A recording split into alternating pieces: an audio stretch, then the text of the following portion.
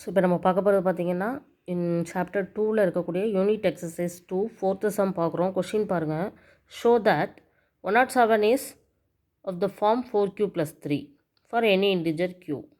So ஒரு நம்பர் வந்து இந்த ஃபார்மேட்டில் இருக்குதுன்னு சொல்லி கொடுத்துருக்காங்க. இந்த 107 அப்படிங்கிறது என்ன ஃபார்மேட்டில் இருக்குன்னா bq + r இந்த ஃபார்மேட்டில் இருக்க மாதிரி கொடுத்துருக்காங்க. அதுதான் நம்மளுக்கு வந்து எப்படி எழுதுகிறோம் அப்படின்னா 4q + 3. ஸோ இதுலேருந்தே நல்லா தெரியுது. A வந்து 107, B வேல்யூ வந்து 4, R வந்து 3. Q தெரியாது, அது வந்து எனி இன்டிஜர்னு சொல்லி தான் நம்ம ப்ரூவ் பண்ணணும். ஸோ இப்போ வந்து இதை சாம்பிளாக இதை டிவைட் பண்ணி பார்ப்போம். ஸோ 107 வந்து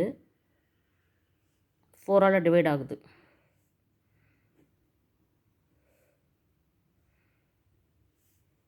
ஸோ த ரிமைண்டர் 3 கிடச்சிருச்சு.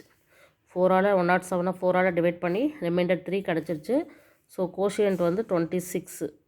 எனி இன்டிஜராக இருக்கலாம், அப்படி தானே? அது ஒரு பாசிட்டிவ் எனி இன்டிஜர் தான். So this is the form.